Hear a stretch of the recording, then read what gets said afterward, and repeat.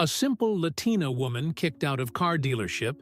Next day, her billionaire husband's Rolls Royce arrives. Elena Martinez ran her fingers through her dark hair, taking a deep breath as she approached Prestige Motors. The dealership's glass facade gleamed in the late afternoon sun, rows of luxury vehicles sparkling under the California sky. She glanced down at her simple outfit, worn jeans, comfortable sneakers, and a plain blouse. She hadn't bothered dressing up. It was supposed to be a quick errand. Today marked 5 years since she and her husband, Javier, had launched their tech company from their tiny apartment. She wanted to surprise him with the car he'd been eyeing for months. Despite their success, Elena maintained the humble habits from her childhood in East Los Angeles. Designer clothes and flashy jewelry never appealed to her, something her abuela had instilled in her long ago. "Can I help you?" A young sales associate approached as she admired a sleek, midnight blue Mercedes. "Yes, I'm interested in purchasing this model." Elena smiled warmly at the young man whose name tag read Thomas. "Excellent choice. Would you like to see the features?" Thomas asked professionally. Before Elena could respond, a sharply dressed man with a gold watch and an artificial smile interrupted. "Thomas, I'll handle this." He turned to Elena with a dismissive glance. "I'm Richard Dawson, sales manager. Are you sure you're in the right place, ma'am?" Elena straightened her shoulders. "Yes, I'm interested in this Mercedes." Richard's smile didn't reach his eyes. "These vehicles start at $110,000. Perhaps I could direct you to our economy lot? Or maybe our pre-owned section would be more suitable?" The emphasis on suitable stung. Elena had experienced this before, people judging her worth by her appearance. "I understand the price. I'd like to discuss financing options." Richard exchanged glances with another salesperson, who poorly suppressed a smirk. "We require substantial down payment. Our clientele typically has established credit and verifiable assets." "I'm aware of how financing works," Elena replied, her voice steady despite the heat rising in her cheeks. Perhaps you'd like to bring your husband back. These decisions typically require family discussion." Richard's condescension was thinly veiled. Thomas shifted uncomfortably beside them. "Sir, maybe we should—" "It's fine, Thomas." Richard cut him off. "Ma'am, we're quite busy with serious buyers today. Why don't you take my card and return when you've—" He paused, eyes flicking over her simple clothes. Ceased.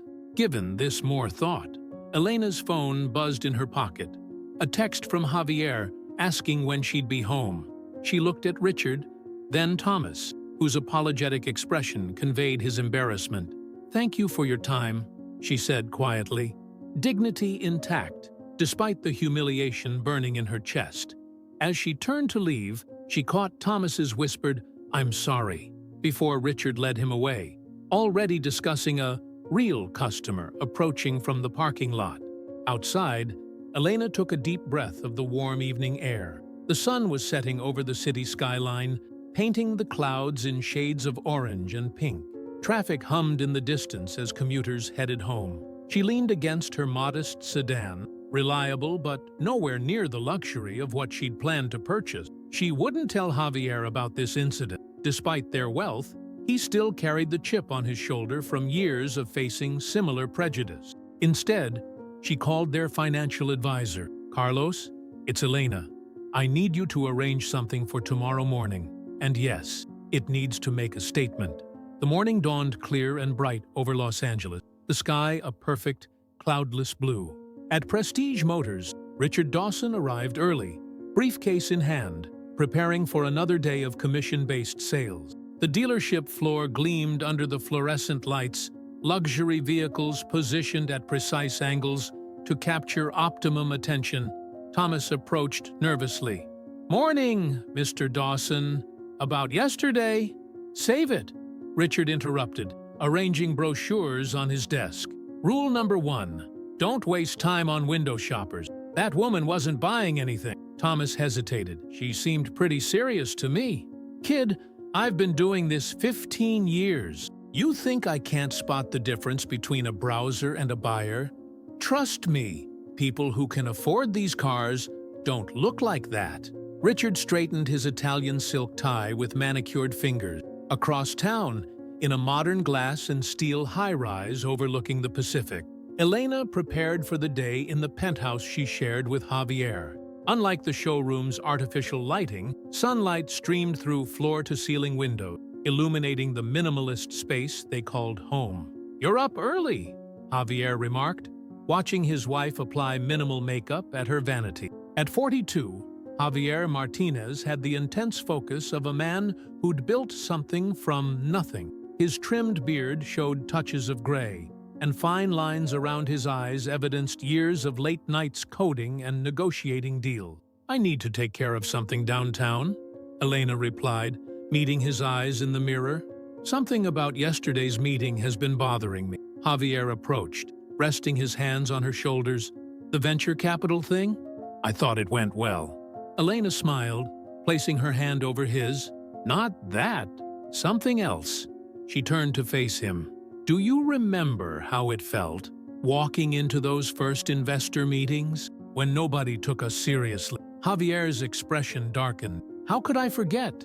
6 rejections before someone finally saw past our last name and apartment address." "Exactly. Some people still see the Martinez name and think gardener or housekeeper, not tech innovator." She stood, smoothing her simple but elegant dress. "Yesterday reminded me that no matter how successful Martinez Soft becomes, some people will always see what they expect to see." Javier raised an eyebrow. "What happened?" "I'll tell you later," Elena promised, kissing him softly.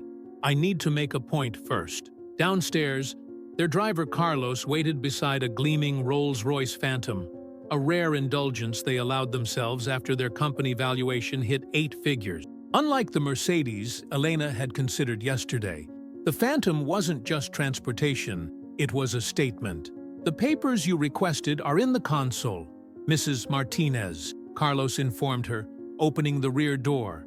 "Thank you, Carlos." Elena settled into the buttery leather interior.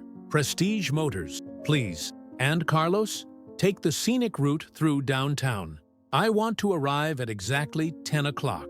As the Rolls-Royce glided through morning traffic, Elena reviewed the documents, a cashier's check with more zeros than most people see in a lifetime, and a folder containing information about Martinez Soft, press clippings, valuation reports, and recent acquisition. Her phone chimed with a message from Javier.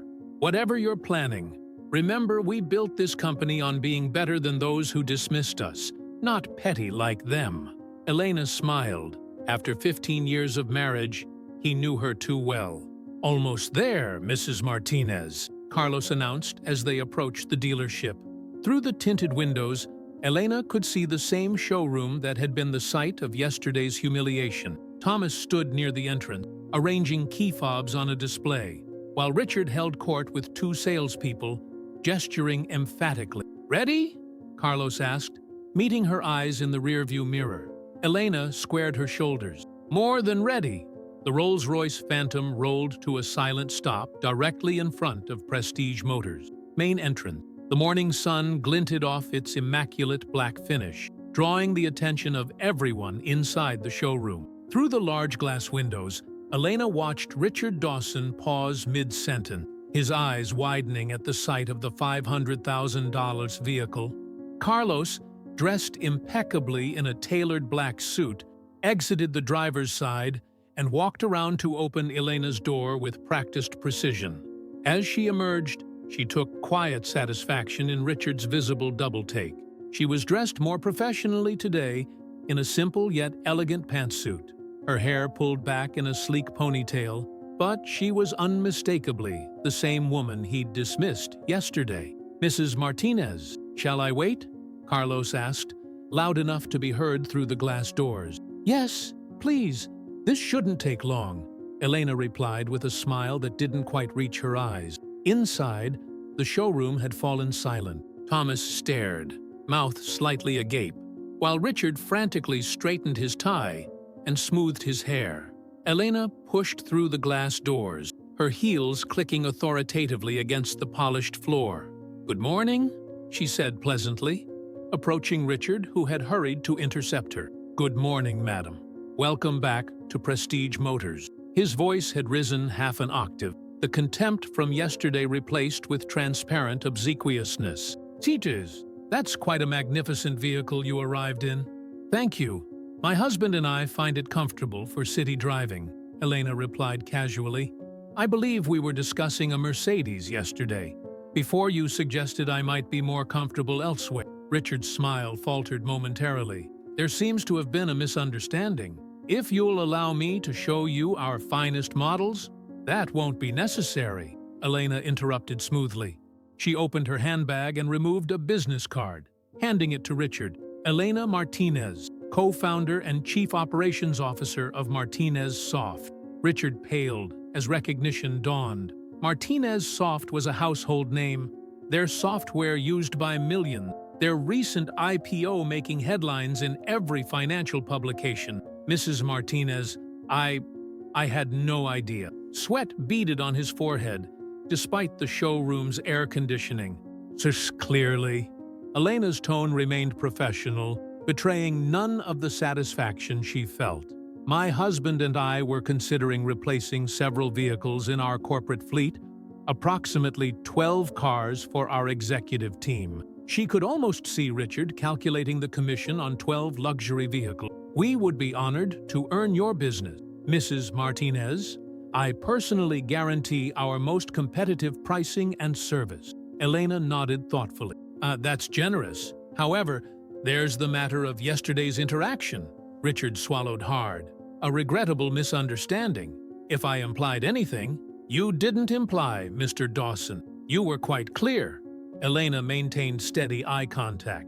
You judged me based on my appearance and decided I didn't belong here. The showroom remained uncomfortably silent. Other staff members pretended to be occupied, but Elena knew they were listening intently. Mrs. Martinez, please accept my sincere apologies. Richard's voice had lost its usual confidence. Elena noticed Thomas hovering nearby, concern evident on his face. Thomas, isn't it? She called.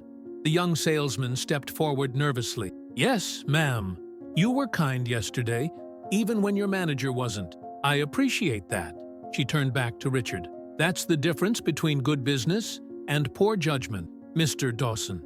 Thomas recognized that every person who walks through that door deserves respect, regardless of their appearance. Richard's face had taken on a grayish hue. Of course, Mrs. Martinez. I assure you this isn't how we typically conduct business.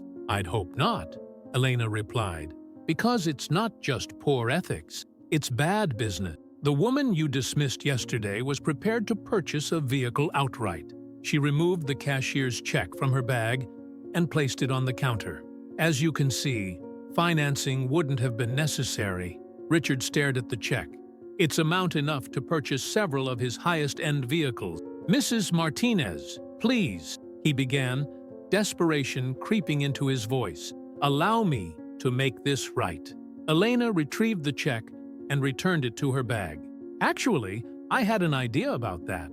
Our foundation is hosting a charity event this weekend for underprivileged students from East LA, neighborhoods like the one where I grew up.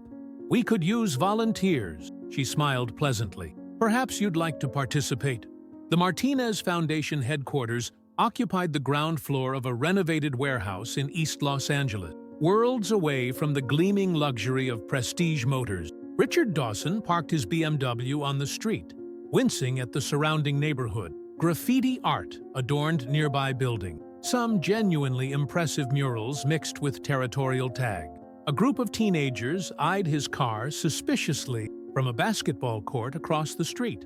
Richard checked his Rolex, 9:45 a.m., 15 minutes early for his volunteer orientation. He'd agreed to Elena Martinez's proposition partly out of desperation to salvage the potential fleet deal, but also from genuine embarrassment over his behavior. 20 years in luxury sales had trained him to make quick judgments about potential buyers, judgments that had served him well until now. The foundation's entrance featured a vibrant mural depicting children of various backgrounds reaching for books, tools, and computers against a backdrop of the Los Angeles skyline. Inside, The space hummed with activity. College-aged volunteers coordinated at tables. Children practiced coding on laptops, and parents conversed in a mix of English and Spanish in a comfortable waiting area.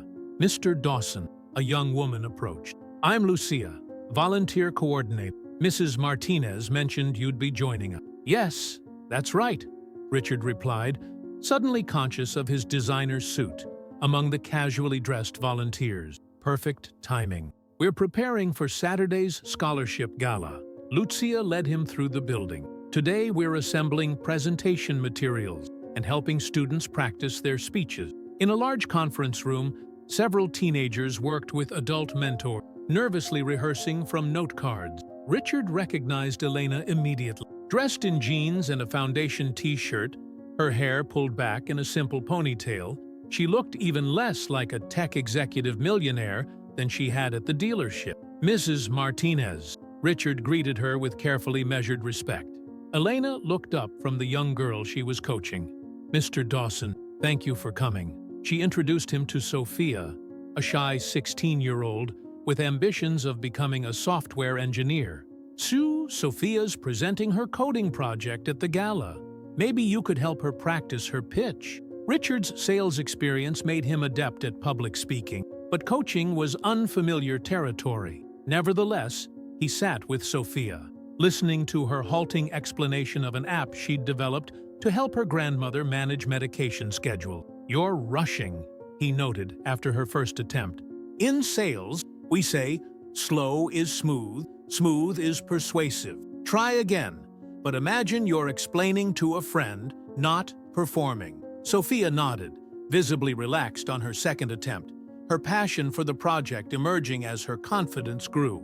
By the fourth practice, she delivered a compelling presentation that had nearby volunteers applauding. Throughout the morning, Richard found himself drawn into various tasks, reviewing presentation slides, coaching 2 more students, even helping arrange transportation for families attending Saturday's event. Elena worked alongside the volunteers, offering guidance without micromanaging, treating everyone with the same respectful attention. During a lunch break, Elena approached Richard as he reviewed scholarship applications. "Oh, what do you think of our foundation work?" Richard considered his answer carefully. "It's not what I expected." "What did you expect?" Elena asked, genuine curiosity in her voice. "Honestly, a guilt trip. Maybe some lecture about prejudice and discrimination." Richard admitted, "Not this practical approach." Elena smiled. "Lectures don't change minds, Mr. Dawson. Experiences do." She gestured toward Sophia, now confidently helping a younger student. Says, 4 years ago, Sophia was ready to drop out of school. Her family couldn't afford a computer, and she was falling behind. Now, she's heading to MIT with a full scholarship. Richard watched the teenagers collaborating at a nearby table. "These kids are impressive." "They are, but they needed opportunity, not charity." Elena's expression turned serious. "That's what bothered me most about our interaction at the dealership. You didn't just judge my ability to purchase a car, you judged my worth as a person." Richard felt genuine shame flush through him.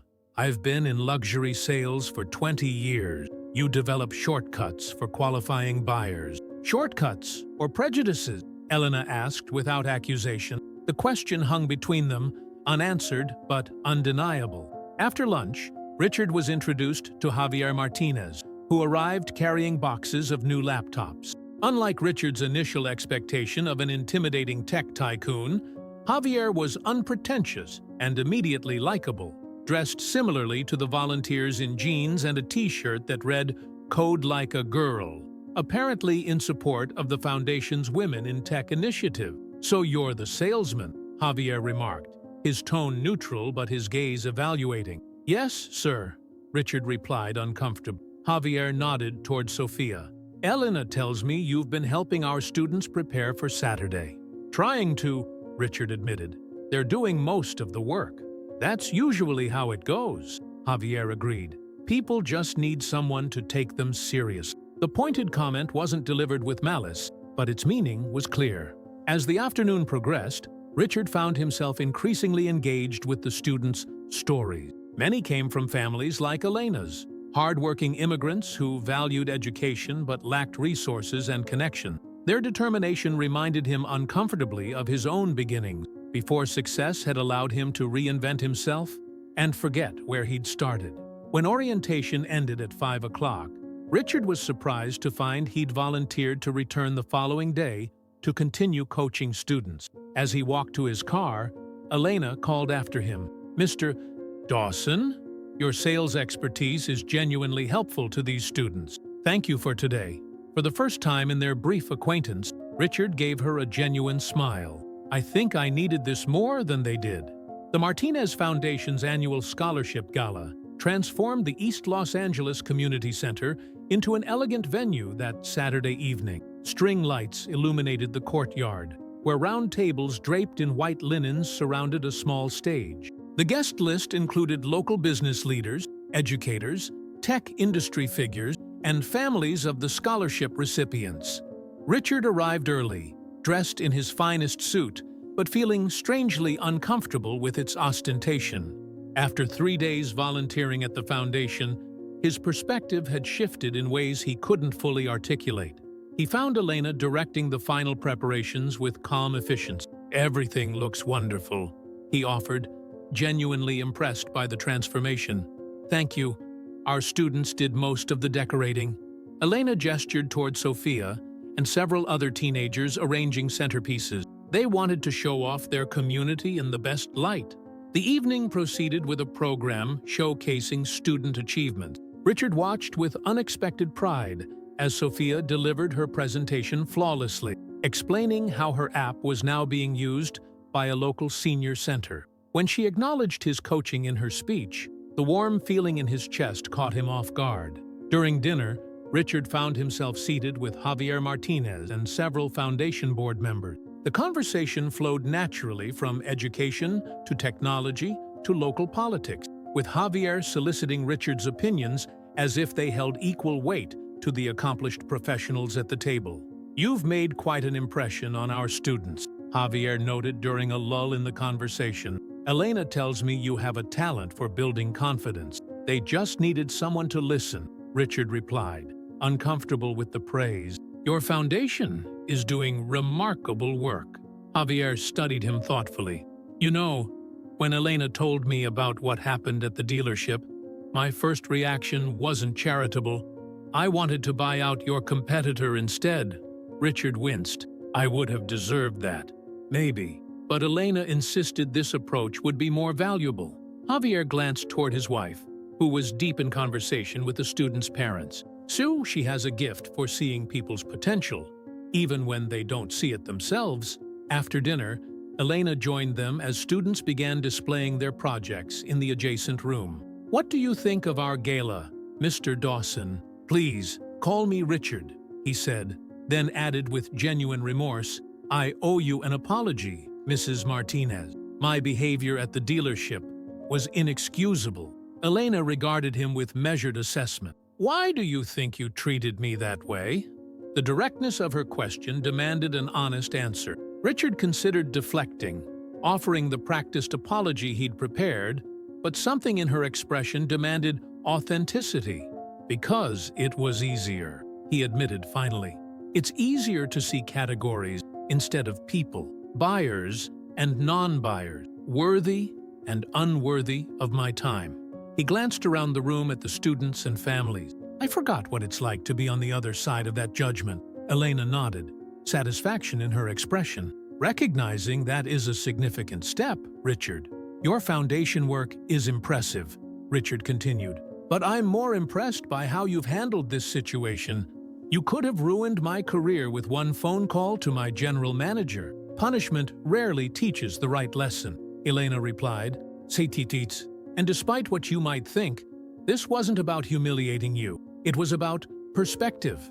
Javier, who had been listening quietly, added, "We've both been where those kids are, talented but overlooked because of assumption. Breaking that cycle matters more than settling scores." As the evening wound down, Richard found himself helping with cleanup, rolling up his sleeves alongside students and parents. Sophia approached, beaming from her successful presentation. Mr. Dawson, thank you for helping me. I was so nervous before, but your advice really worked. Richard smiled genuinely. You did all the hard work, Sophia. I just gave you a few pointers. Are you coming back to help with coding club next week? She asked hopefully. Before he could answer, Elena appeared beside them. Actually, Sophia, Richard has his own business to run.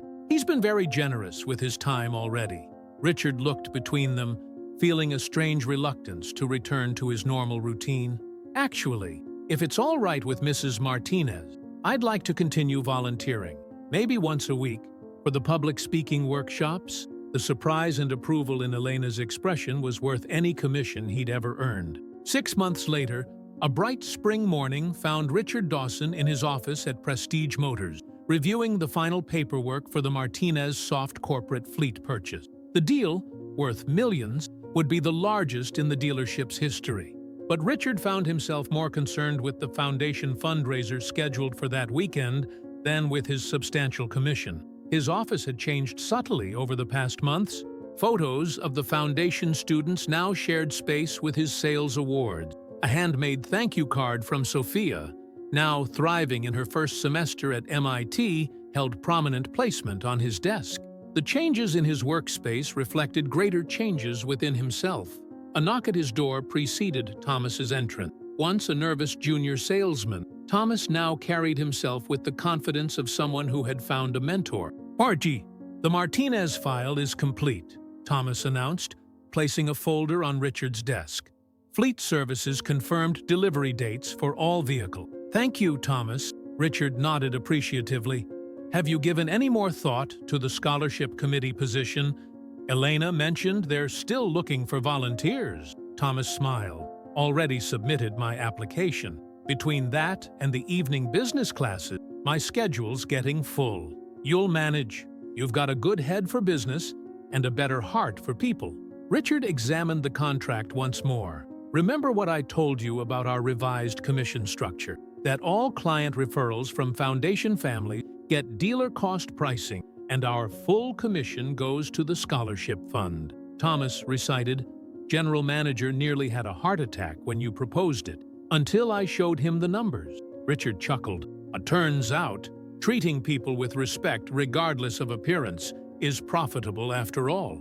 Their conversation was interrupted by the receptionist's announcement that the Martinez car had arrived. Richard straightened his tie, a habit from his previous life that persisted despite his increasingly casual workday attire, and headed to the showroom floor. Elena and Javier Martinez entered together, a power couple whose unpretentious demeanor belied their financial and technological influence. Elena spotted Richard immediately and greeted him with genuine warmth. "Richard, how are the speech workshops going?" she inquired, referencing the weekly sessions he'd been conducting for foundation students. "Remarkable progress," Richard replied enthusiastically. "Mateo finally made it through his entire presentation without stopping once." "That's wonderful news," Elena beamed proudly. "He's been practicing constantly." Javier extended his hand. "Richard, good to see you. I hear you've been instrumental in expanding our outreach programs." Richard accepted the handshake, still occasionally struck by how dramatically his relationship with the Martinezes had evolved. "Just connecting resources. Several other dealerships have joined our initiative." They moved to Richard's office to review the fleet contracts. As Javier examined the paperwork, Elena noticed Sophia's thank you card. "She calls every week to update us on her classes," Elena remarked. "She mentioned you've been helping her prepare for her summer internship interviews." Richard nodded. "She's going to have companies fighting over her. Her latest algorithm is brilliant." As they completed the paperwork, Richard hesitated before asking a question that had been on his mind. "Mrs. Martinez, Elena, I've always wondered, that first day at the foundation, was it just about teaching me a lesson?" Elena considered the question thoughtfully. "Partly," she admitted, "but I also saw something in you that reminded me of people who'd helped me along the way. Sometimes the people who judge most harshly are the ones who've forgotten their own journey." Richard understood completely. His own humble beginnings had been carefully hidden beneath years of cultivated sophistication. "Well, I'm grateful," however it happened. After the Martinezes departed, Richard returned to his office to find Thomas waiting with a group of salespeople. "What's this?" Richard asked, surprised by the impromptu gathering. "Oh, we've been talking," Thomas began, "about your foundation work and the mentoring program. We'd like to expand it, get more of the staff involved with student coaching." Richard looked at the faces of his colleagues, people who, 6 months ago, had been focused exclusively on commissions and bonuses. "You're all willing to volunteer your time?" A chorus of affirmative responses followed. One salesman added, "My daughter wants to study computer science. I figured I should learn what that actually means." As Richard scheduled their first group orientation at the foundation, he reflected on how dramatically one interaction had changed his life's trajectory. The luxury cars surrounding him no longer represented just commission potential. They represented opportunities to connect people with resources, to challenge assumptions, and to recognize value beyond appearance. That evening, as Richard locked his office, his phone chimed with a message from Elena. "Javier and I are hosting a small dinner next week. Several foundation students will be there to discuss expansion plans. Your perspective would be valuable." Richard smiled as he typed his reply. "I'd be honored to attend." The showroom's glass doors closed behind him as he stepped into the warm evening air. In the parking lot, his car waited next to a row of luxury vehicles, outward symbols of success that now meant something entirely different to him than they had 6 months ago.